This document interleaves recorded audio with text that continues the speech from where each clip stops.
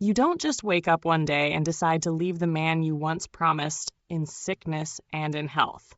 No, it happens in little pieces, over time, like a slow leak from a faucet, drip, drip, until one day you look down and realize the floor beneath you is flooded. My name is Lorraine, and I'm 69 years old. I lived in northern Ohio, in a quiet town most people would miss if they blinked driving through. I was married to Carl for 41 years. He had a stroke 13 years ago, one that left him paralyzed from the waist down, and over the years, emotionally calcified in a way that no physical therapy could ever touch. When it first happened, I didn't think twice about staying. Of course I'd stay. That's what a wife does, right? I helped him bathe, fed him, changed his clothes, even helped him use the commode when the nurses weren't around. I gave up my part-time librarian job, the one place that gave me some quiet joy, because he needed me more. And I didn't complain, not really. I adapted, rearranged the house, bought a ramp with money from my pension, sold my mother's wedding ring to help cover the first stair lift. My days became routine. Toast with butter at 8 a.m., medications at 9, physical therapy stretches by 11, and on and on. Carl wasn't easy, never had been. He was a proud man, stubborn to a fault, and bitter, even before the stroke. But afterward, it was like all the sharp edges of his personality became razor wire. He lashed out constantly, not just out of pain or frustration, but out of a need to control. I chalked it up to grief, then stress, then depression. I told myself this wasn't really him, that he was just struggling. And maybe he was. But after 13 years, that excuse started to lose its shine. He never once said thank you.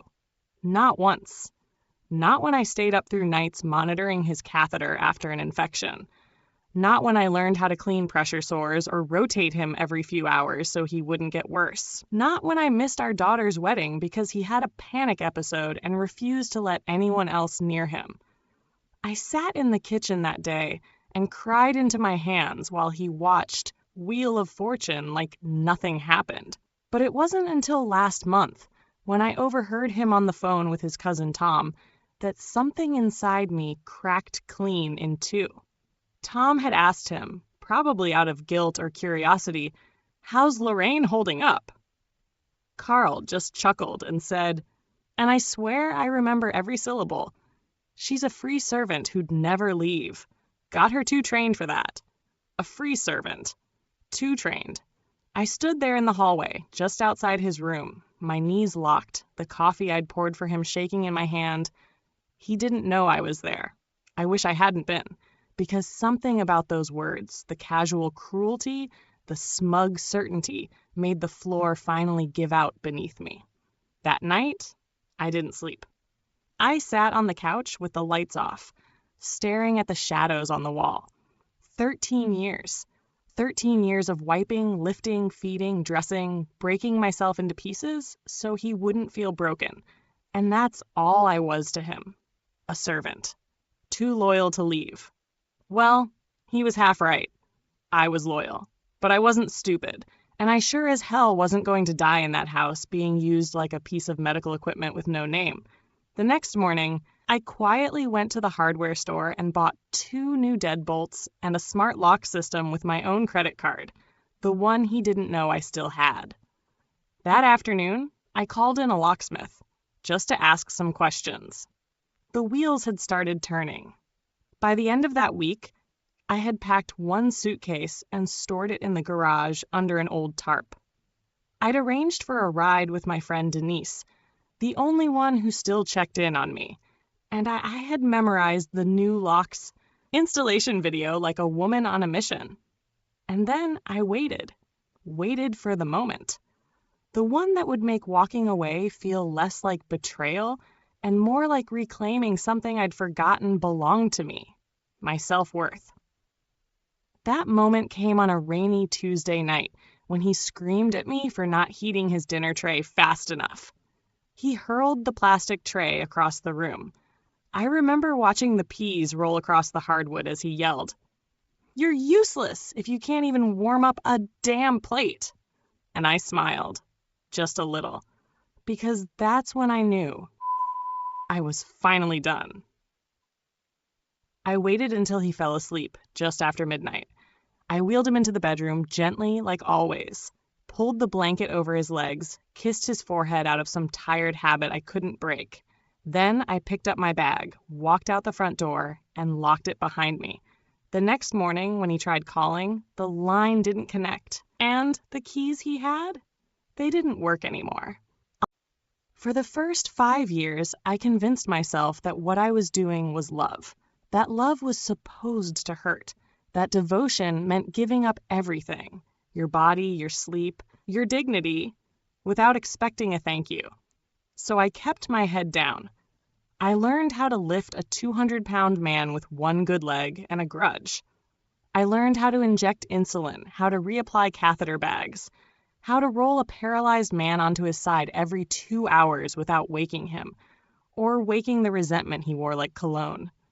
I stopped sleeping properly. My back gave out once, twice.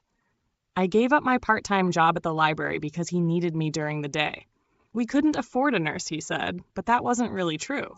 We couldn't afford one because he refused to downsize or cut cable or sell the second car he hadn't driven since the stroke. No, he wanted me to stay. But not because he appreciated me. It was because I was free labor. And I think he knew it. He was clever that way. After his stroke, he couldn't walk, but he hadn't lost a drop of his manipulation. The man had his tongue, and that was weapon enough. Who else would put up with you? He'd ask when I looked too long out the window. You're not going anywhere. I'm your burden and your purpose, he said one night while I rubbed his swollen feet. Admit it, you need me more than I need you. Need him? I hadn't had a single day to myself in over a decade. I missed weddings, births, even my sister's funeral. He said he couldn't be left with strangers, that no one would know his routines, that they'd mess up the medication schedule or forget to check for bed sores. But mostly he said this, they're not you. And foolishly at first, I took that as love, loyalty. But love doesn't keep score. Love doesn't snap at you because you cooked eggs a minute too long. It doesn't call you names when you come back from the grocery store 10 minutes late. It doesn't cut you down in front of your friends, the few I had left, just to feel taller. Love doesn't drain you until your reflection looks like a ghost. There were signs, of course, that he didn't see me as a person anymore. He stopped saying thank you, stopped making eye contact unless he wanted something. He never asked how I was, only how long I'd be, or if I could be quicker next time. I'd tuck him in and he wouldn't say goodnight, just turn away, like I was the nurse on a shift, and not the woman who'd once shared a honeymoon bed with him in the Rockies. But the real crack? That came the day I walked into the room and heard him on the phone. He didn't know I was behind the door, and his voice was cold, flat, like a boss talking about a janitor. I don't pay her. She's like a free servant. Doesn't complain much either. Free servant, not wife, not caregiver, not even human being. I stood there, frozen, just breathing, listening to him laugh at the other end of the line, saying something about how I'd never leave. It wasn't just cruel, it was a dare. He thought I wouldn't, that I couldn't. And in that moment, I knew I had to go. Not for revenge, not to show him, but because if I didn't leave soon, there wouldn't be any of me left to save. The part of me that once loved him, that mourned the loss of the man before the stroke, that part died hearing those words. So I started planning, quietly, carefully, because if I was going to leave, I had to do it once and right. The morning after I left, the world didn't fall apart. It was just quiet. I woke up on Denise's pull-out couch with the scent of coffee brewing and the soft shuffle of her dog's paws across the hardwood. Sunlight peeked through her kitchen curtains, and for the first time in years, I didn't wake up to a call bell or the sound of Carl barking my name from the other room. I sat up slowly, half expecting to hear his voice. Muscle memory. 13 years builds strong habits. But all I heard was the soft clink of Denise stirring her spoon in her mug. She looked at me over the rim of her glasses and said, "You did it." I nodded. I did. No applause. No fireworks. Just two older women sitting in a tiny kitchen in sweatpants, sipping lukewarm coffee, and one of them breathing freely for the first time in over a decade. Carl must have figured it out by then. I imagined him rolling to the front door, jamming his key in, expecting to feel powerful and in control, and finding that nothing worked. I wondered how long it took him to realize I wasn't coming back. He called. Oh, he called! Over and over. First it was the cell phone, then the landline at Denise's, then texts, all caps, curse words, guilt trips, threats, and finally, voicemails. He said I was abandoning a helpless man, that I'd ruined everything, that I'd see how far I'd get without him. Funny. I'd gotten as far as the next town over, and already it felt like heaven. But there was one message, the fifth one, where his voice cracked. That's the one that got to me. You don't really mean to do this, Lorraine? Do you? I sat there with the phone in my hand, that message playing in my ear like a song I never wanted to hear again. I didn't delete it. Not right away. I just stared out Denise's window while she folded laundry beside me and said, without looking up, "You're allowed to be sad and still be right." That hit me harder than I expected. Because it's true. I was sad. Of course I was. I had loved Carl once, deeply. He was my partner, my first kiss, the man I built a home and a family with. I didn't marry him thinking I'd one day run out on him in the middle of the night like some soap opera character. But I didn't sign up to be someone's emotional punching bag either, or their unpaid nurse, maid, and scapegoat. That afternoon, I went back to the house, with Denise riding shotgun like my backup in case Carl called the cops or made a scene. But he didn't. He was there, still in his wheelchair, parked by the front window. He didn't yell when I came in, didn't even blink, just stared at me like I was a stranger. I handed him a note, not a long letter. Just a few lines written the night before I left. I gave you 13 years of care, patience, and loyalty. What I got in return was bitterness and disrespect. I'm not your servant, Carl. I'm a human being, and I'm finally choosing me. Then I handed him a folder, copies of new bank statements, utility account changes, the home title transfer, and noticed that I'd retained a lawyer to begin separating our finances. No threats, no drama, just a clean break. He looked through the papers, then up at me, and said in the coldest voice I'd ever heard, "You won't last without someone needing you." And I replied, with calm I didn't know I had, "I think I'll last better than you ever expected." Then I turned and walked out the door. Again, the funny thing is, I didn't cry. Not then. Not even when I heard the door slam behind me. What I felt was something deeper, something quieter. Like finally exhaling after holding your breath for far too long. The road ahead wasn't going to be simple. I knew that. I didn't have some secret fortune stashed away or a picture-perfect retirement plan, but I had peace and a choice. And at 69 years old, I was ready to live on my terms, for the first time in years. You'd think after 13 years of wiping someone's backside, dodging verbal landmines and pretending that till death do us part didn't come with a clause for emotional cruelty, my kids would understand. I was wrong. It didn't take 24 hours for the news to spread. Patrick, my youngest, called first. I had barely settled into Denise's guest room when the phone lit up with his name. "Mom," he said, voice sharp and stiff. "Tell me this is some kind of breakdown. A moment of confusion. You didn't actually leave Dad." I took a long breath. I did. Silence. Just breathing on the other end. Then, "You left a paralyzed man alone, Mom. Your husband, our father. You know what that makes you sound like?" That did it. My hand shook. My spine went cold. And for the first time since I'd walked out, I felt shame trying to creep in.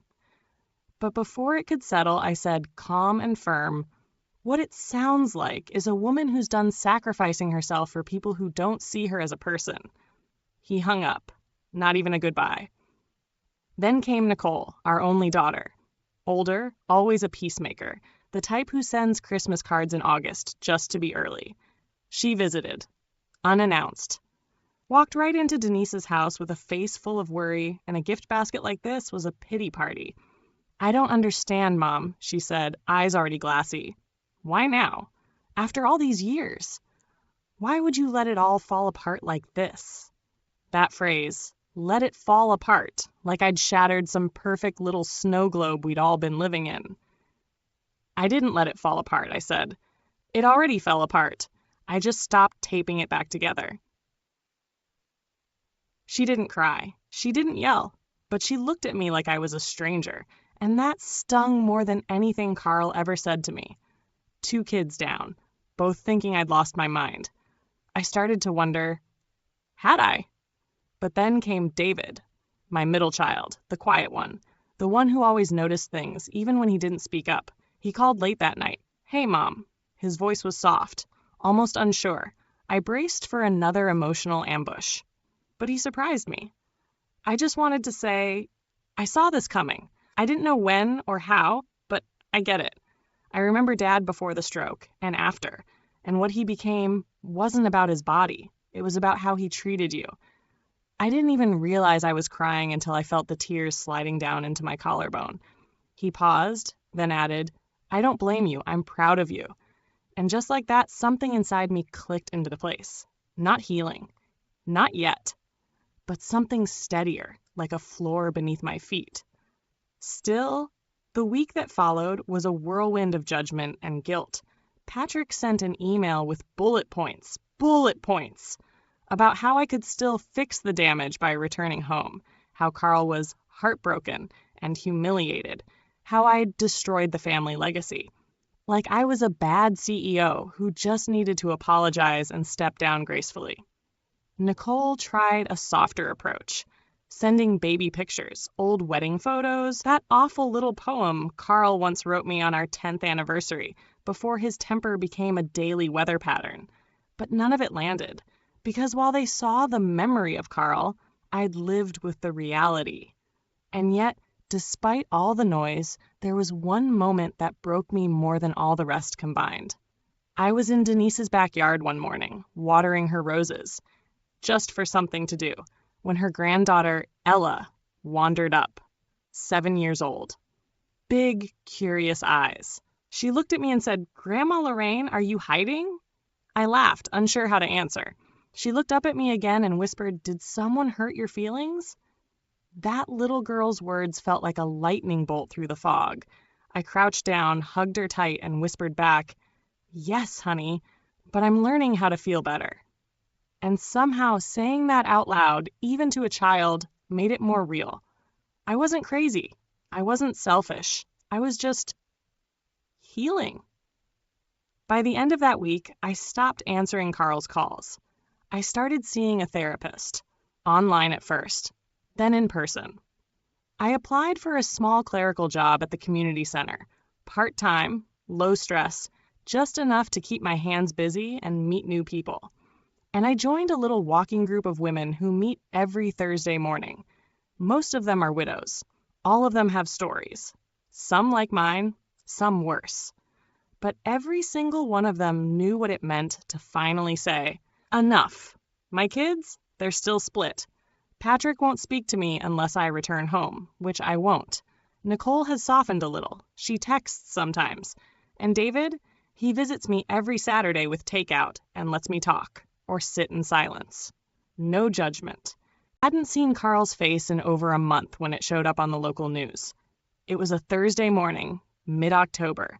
The trees all lit up in reds and golds. I had just come back from my walking group, sipping lukewarm gas station coffee and feeling almost like myself again, when Denise came flying out of the kitchen. "Lorraine," she said, breathless, remote in one hand, phone in the other. "Turn on Channel 8, right now." I thought something had happened to one of the kids. I wasn't prepared to see Carl, my husband, the man I cared for, sacrificed for, ran from. being wheeled out of our house by 2 EMTs and a deputy in full view of a news van. The headline on the bottom of the screen read, "Local man files complaint. After wife allegedly abandons disabled spouse. Police respond."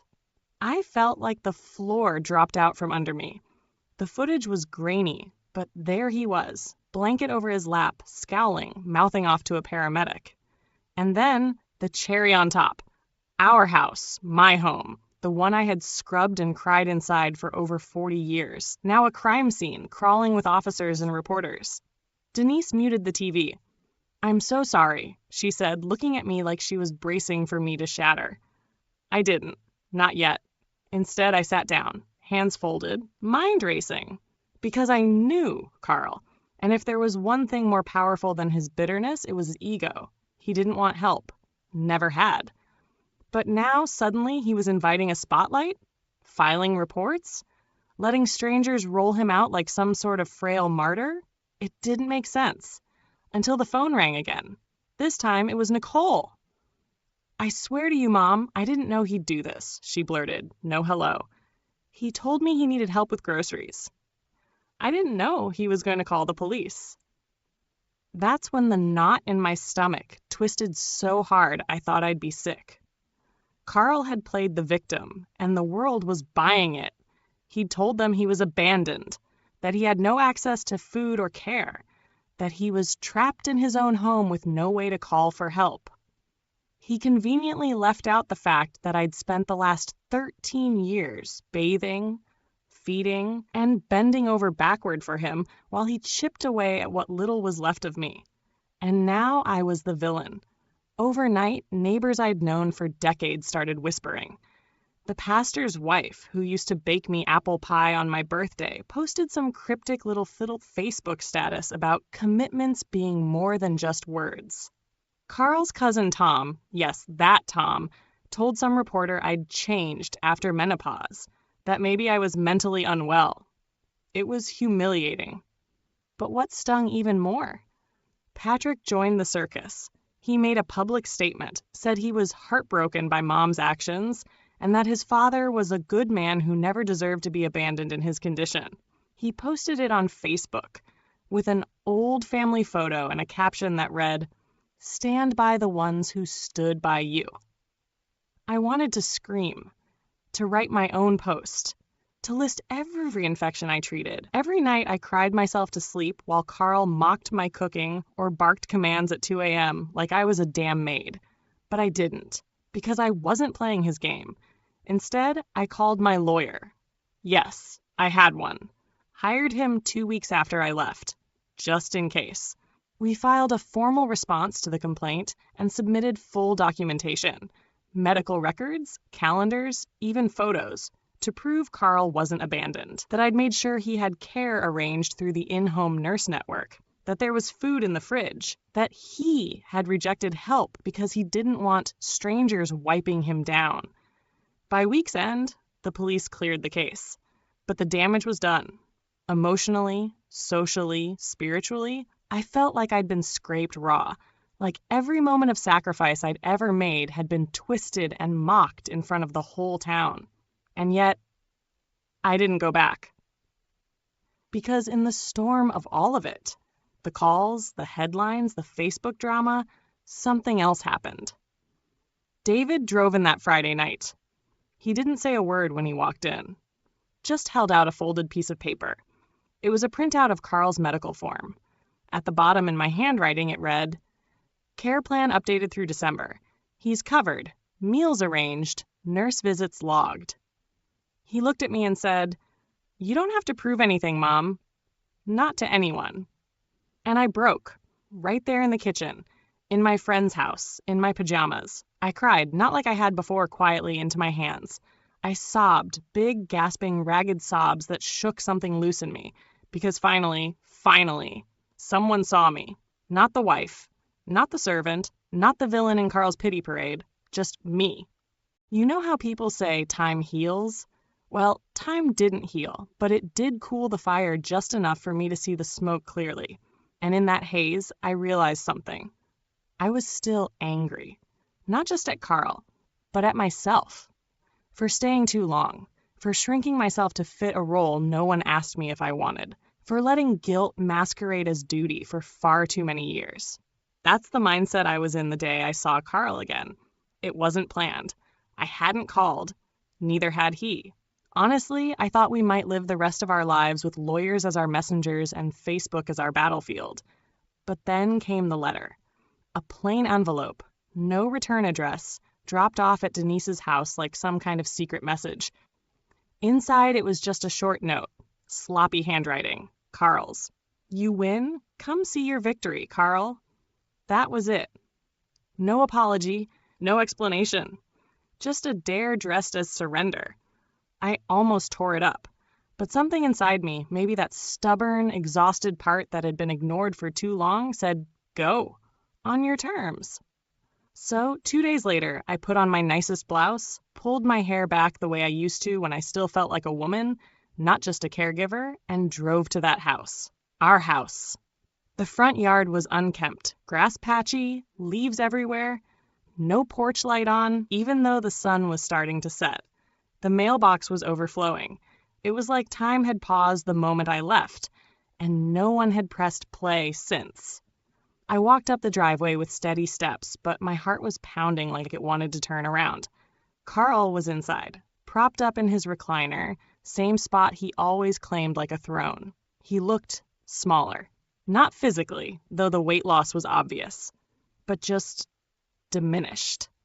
Like his edges had softened from months of bitterness that no longer had a place to go. He didn't speak at first, neither did I, just stared at each other like old ghosts in a shared graveyard. Finally I said, "You wanted to see me?" He scoffed. "Wanted's a strong word." I crossed my arms. "Then why the note?" He shifted, wincing. "Because I had a dream." Now that caught me off guard. "I had a dream," he continued, "that I was at my own funeral, and you were standing in the back, alone. No one looked at you. No one talked to you. You just disappeared." He paused, glanced toward the blank TV screen, and in the dream I was yelling, trying to tell everyone what you did, what you gave up, but no one could hear me. And I woke up thinking, maybe they never heard me, because I never said it loud enough. I didn't respond. I didn't trust myself to. He looked back at me, eyes glassy but not quite wet. "I was cruel," he said, "even before the stroke. I know that."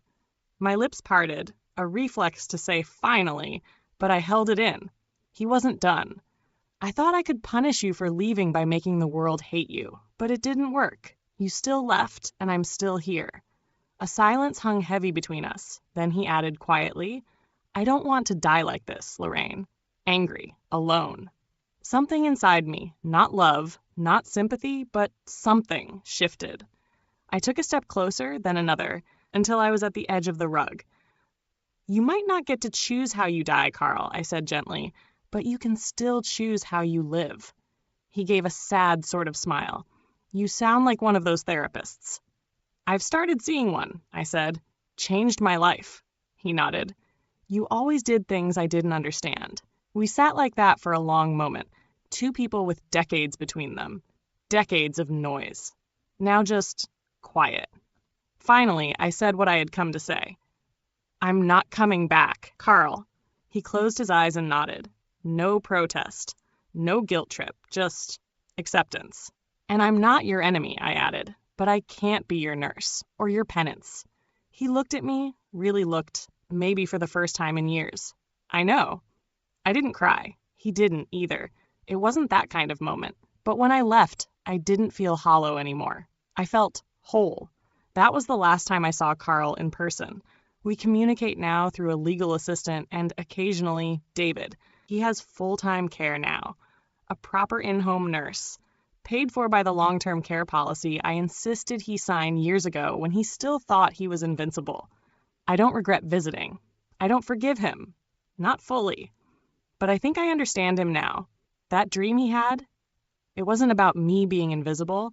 It was about him finally realizing he always expected me to be. You ever sit down at a table full of strangers and suddenly realize you've been starving for that kind of company your whole life? That's what happened to me, but it didn't start around a table. It started in a comment section.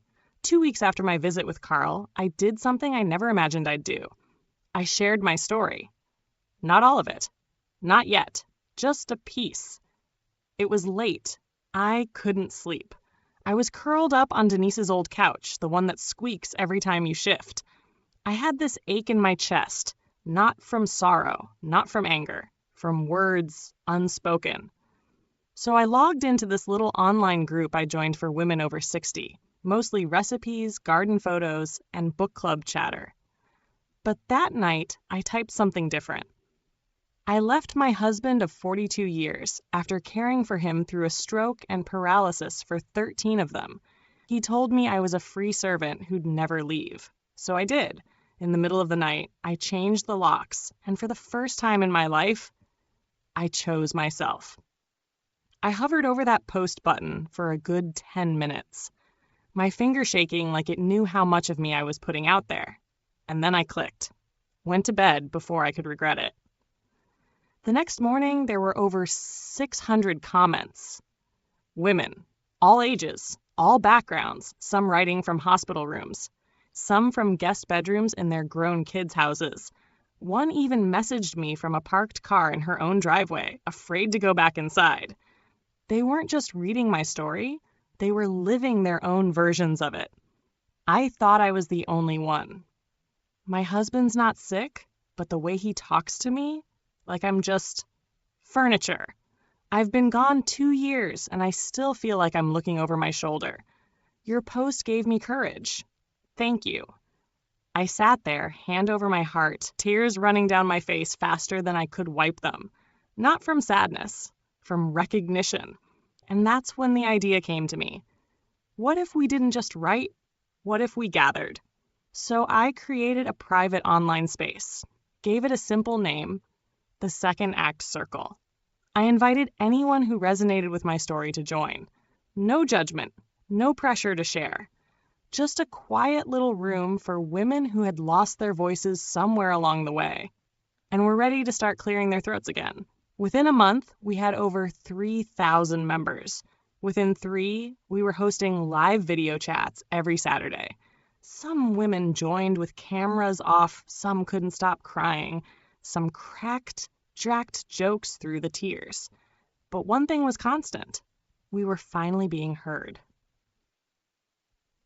I remember one woman, Sylvia, 71, from Missouri. She'd been married for 49 years to a man who never laid a hand on her, but also never once said thank you. Not for the dinners. Not for the diapers. Not for staying when she could have run. She whispered into her camera like she was confessing a crime. When he had heart surgery last spring, I prayed he wouldn't wake up. That's how tired I was. She sobbed after saying it. So did I. And so did about 20 other women on that call. Not because they judged her, but because they understood. We weren't just talking about pain. We were exhaling it. Together. And something wild happened after that. Women started leaving. Not just their marriages, though some did, but their shame, their silence, their self-doubt. One woman opened a bakery after 40 years of being told she wasn't business-minded. Another finally filed for divorce after 3 decades of emotional neglect. One even wrote a memoir and dedicated the first chapter to our circle. And me? I started writing weekly reflections, little pieces of my journey. The quiet victories, the guilt that still creeps in, the joy of pouring my own coffee and deciding my own bedtime.